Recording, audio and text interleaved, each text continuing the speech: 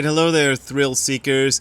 That was another little clip from my video calling occupants of interplanetary craft, and I am a sad face emoji lately because not enough people have been watching that video, and it's epic. It's great. It filmed all over the world. In Finland, England, and Germany, and even a little bit in the USA. So go watch that video, and it's a cool song. Alright. I'm going to stop griping about that. So, I talked last time about the Mahaparinirvana Sutra. And the Mahaparinirvana Sutra is... Mahaparinirvana means great... Well, parinirvana basically means death. Well, nirvana, as most of you know, is... Well, I originally, when I first heard the concept, I thought of it as Buddhist heaven. But it's not Buddhist heaven, but it's the kind of goal, for want of a better word, of Buddhists is to enter this state of nirvana. So let's not get bogged down in talking about what nirvana is, other than the band that Dave Grohl used to be in. You know, that was the thing. Like when I was a young whippersnapper, people would say, "Oh, people only think of the Beatles as the band that Paul McCartney used to be in." And then of course things shifted because Wings was big then. Paul McCartney's band Wings was bigger than the Beatles when I grew up. At least, it's popular. Anyway, let's get off that. I'm sorry, I'm rambling. So I don't want to get into a long discussion about nirvana, but basically when somebody talks about parinirvana, that means death. Particularly the death of a holy person like the Buddha. So the Mahaparinirvana Sutra is a sutra about supposedly the Buddha's last words, but not to be confused with the Mahaparinirvana Nibbana Sutta, which is basically, that's the same thing, the same words, only in the Pali language, but the Pali one is a much older sutra, and the Mahaparinirvana Sutra is a Mahayana Sutra. I haven't gone through them to check the commonalities between them. But anyway, I read some stuff from the Mahaparinirvana Sutra, but I came across something when I was researching it for that last video that I thought was real interesting, but kind of not the point I wanted to make. And the point that I thought was interesting was where the Buddha says that females are the nests of evil. Women are the nests of evil. So let me just read this to you, and then I'll say what I want to say about it. All good men and women desire to be born as a man. Why so? Because females are nests of evil. Also, it is as in the case of the water of mosquitoes and sawflies, which cannot moisten this great earth. I mean, it can though. I mean, it's got mosquitoes in it, but it can moisten the earth. I don't understand that. Anyway, in addition, the sensual appetite of females cannot ever be satisfied. This is as though one were to make the great earth into a ball and then press it into a small pill. All such vast numbers of people may lustfully disport themselves with a female, and the female will never be satisfied. Even if as many people as the sands of the river Ganges disport themselves with a woman, there will be no satisfaction on the part of the woman. O good man, as an example, it is as with the great sea into which flow the raindrops from the heavens and the waters of rivers, and yet the sea water never indicates that it has had its fill. The same is the case with a woman. For example, even if all people were made male and had carnal sport with a woman, there would yet be no having had enough on the part of the woman. Weird grammar, but you got it. Also, next, O good man, the Asoka Patala and Kanika, I assume those are plants, put forth flowers in spring when bees gather round the color, smell, and the delicate taste, and there is no satisfying of them. That is the bees. It is the same with a female who desires to have a male. O good man, for this reason all men and women who hear the teachings of this Mahayana Great Nirvana Sutra should always shun the female and seek the male. Which I know some guys who do that already, but we won't talk about that. Anyhow, that's what the sutra says. Now, this is really interesting to me in the sense that, okay, let's see where we can go with this. When I was a young whippersnapper, I and listening to Wings. Anyway, whatever. When I was a young whippersnapper and was getting interested in religion, I was mainly interested in the Christian religion because I'd been a big nut for Jesus Christ Superstar, and it got me interested in Jesus and wanting to know who Jesus was. And even though my family was not religious at all, I started, reading the Bible and getting really interested in this. And then what sort of destroyed the whole thing for me about Jesus was I encountered far too many biblical literalists. I think that's the proper term for them. These are people who insist that the Bible must be taken literally and that every damn thing in the Bible had to be believed because it was the Word of God. And I just couldn't buy that because there's a lot of questionable things in the Bible. What I did not know at the time was that lots of Christians are not biblical literalists, particularly Catholics. I know there are Catholics who are biblical literalists, but the idea of questioning the Bible and kind of looking at it from a kind of critical standpoint is much stronger with Catholics than it is with Protestants. So if I had maybe encountered some people who were Christians and yet not biblical literalists at the time when I was 18 or 19 years old, I might have gone a whole different direction. But what got me interested in Buddhism was learning that Buddhists are not generally people who take their scriptures literally and who insist that everything in all of the Buddhist scriptures is the inherent word of God or something holy, or Buddha, and must be taken at face value or must be taken literally and so forth and must be believed. There are some sects of Buddhism that do take most of what's written in Buddhist literature, literally, and who insist that you can't be a real Buddhist unless you take all this stuff literally. I was taken to task by some of these people a few years ago. I think it was on Reddit. I don't look at Reddit, but somebody forwarded it to me. These people were upset because Brad Warner does not believe in literal rebirth.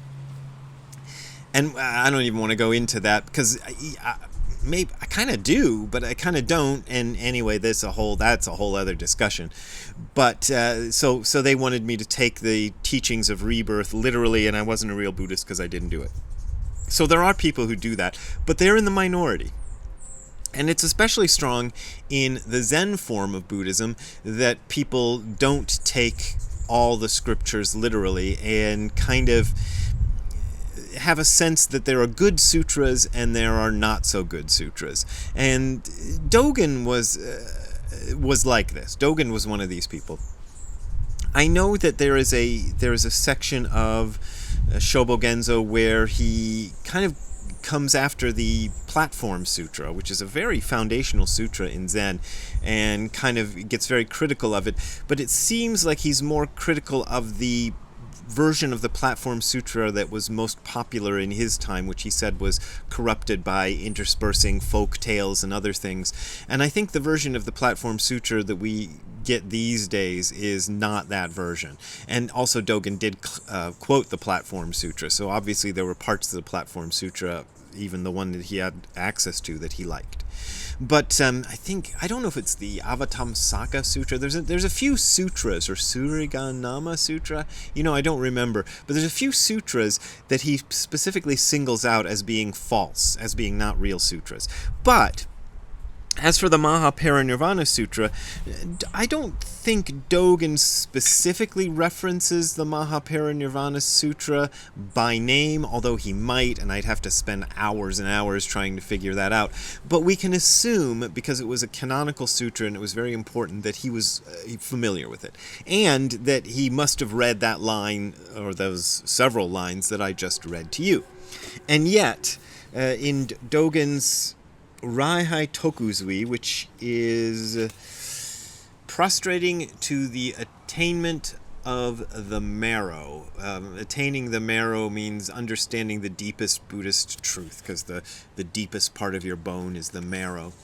I talked about this in my book, Don't Be a Jerk. I think I also talked about it in Sit Down and Shut Up, But in Don't Be a Jerk, there's a whole paraphrase of the whole thing, or not the whole thing, but I'm going to get to why it wasn't the whole thing. But this is the chapter where Dogen really goes on a rant. There's several places in Shobo Genzo where he goes on rants, but this rant is about how ridiculous it is to see men as superior to women. Like, men are not inherently superior to women.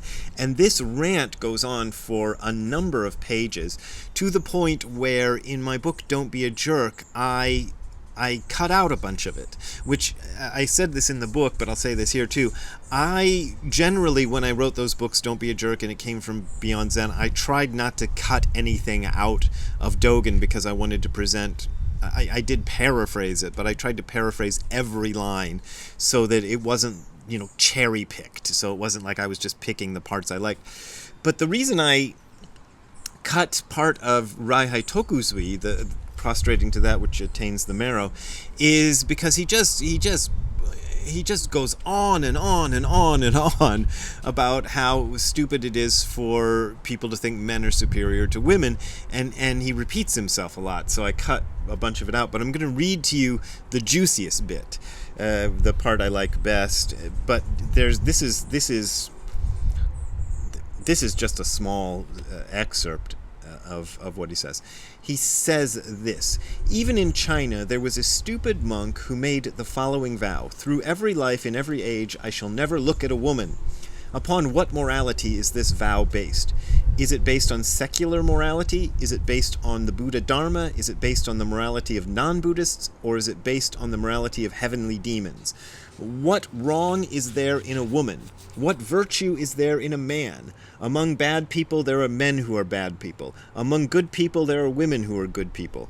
Wanting to hear the Dharma and wanting to get liberation never depend on whether we are a man or a woman. When we have yet to cut delusion, men and women alike have equally to cut delusion.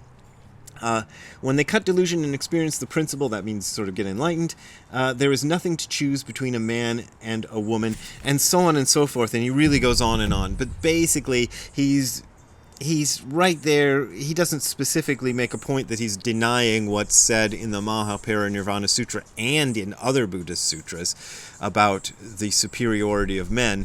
He's not specifically saying that, but he's saying it. It's not aliens, but it's aliens. He's definitely going against what is sort of accepted, generally understood Buddhist ideas about the position of men and women. So he's obviously not a literalist when it comes to the Buddhist sutras. He's not taking everything that is written in the Buddhist sutras and attributed to the Buddha, as was the thing that I said at the beginning of this video. I hope I don't know if I made that clear anyway, that's supposedly the words of the Buddha. So he's not taking everything literally, and he's not taking everything as being something you must believe in to be a good Buddhist.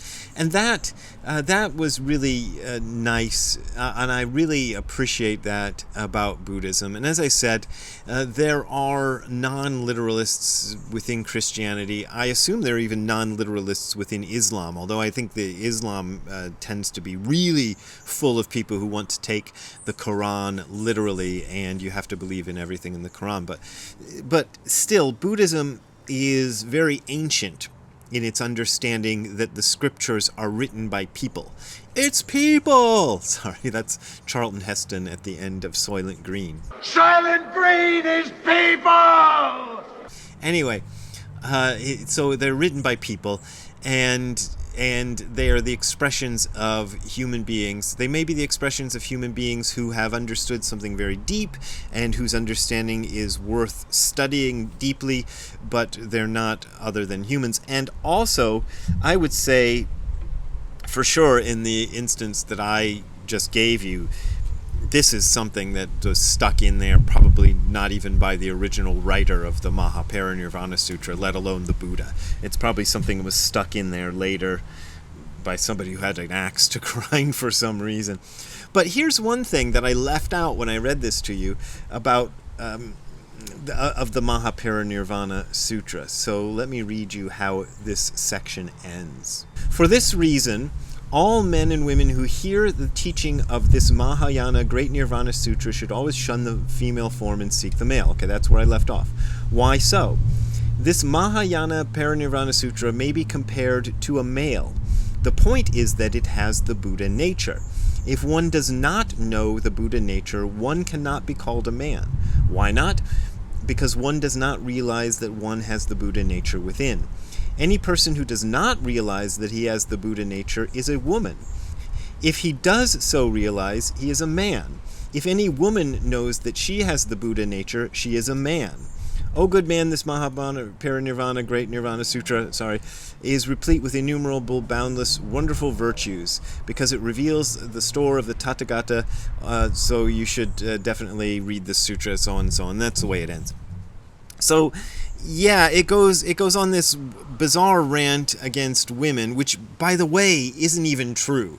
I mean, if any one sex is more insatiable in terms of lust, it's the men. I mean, I don't see it. I was thinking about this before I came out here, and I don't see how anybody, even in the time this was written, would have accepted this as a fact, because it's obviously not. So maybe it's meant metaphorically. I don't know. I'm being charitable there. It's probably just sexist garbage. But it does, answer the question, what is a woman? There was a movie with that. I haven't seen the movie, but there was a movie with that title a few years ago, and their definition is, you're a man if you understand that you have Buddha nature, and you're not if you don't, and even if you're a woman, if you understand you have Buddha nature, you're a man. It gets weird. So yeah, I'm just gonna leave that there and let you interpret it how you want, because it's just weird. My feeling about this, as I've already said, is I think some of these things were just written in here, into the sutras. The sutras were compiled over long centuries of additions and subtractions, and they changed over time, same way as the Bible did. So you can't really.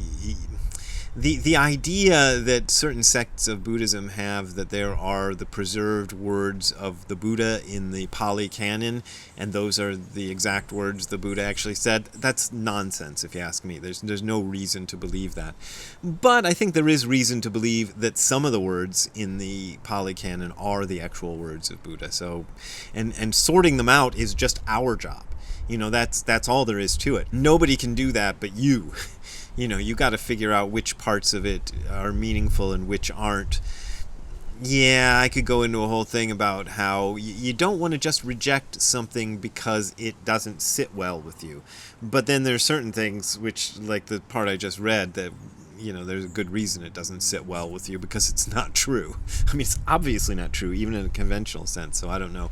Like I said, I don't know why anybody would have believed that in the first place. But I just thought that was an interesting video, and it might be, I'll give it a clickbaity title, and maybe some people will watch this and then learn that I made a video about of my song, or not my song, but my cover of the song Calling Occupants of Interplanetary Craft, which you should go look at. All right, Ziggy is at the vet right now getting some stuff done. He's fine, don't worry about him, he'll be okay, but they had to keep him there for a few hours, so he's not with me right now. So I'll see if I can find a photo of him to put at the end of the video, or maybe an old video. But he'll be back next time. All right, if you want to contribute to me saying that women are the nests of evil some more, actually I probably won't say that again, you can go to the URL that you're seeing on the screen below, which is hardcorezen.info/donate. That is hardcorezen.info/donate. There you will find links to my PayPal and Patreon accounts. Those are my main ways of making a living, usually my only ways of making a living, and I appreciate your support.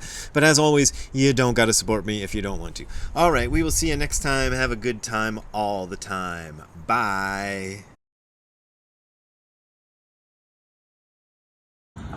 Ziggy, how you doing? You glad you got groomed and you got fixed up? All right, and you're glad to be going home? All right, let's get you home. Okay, bye.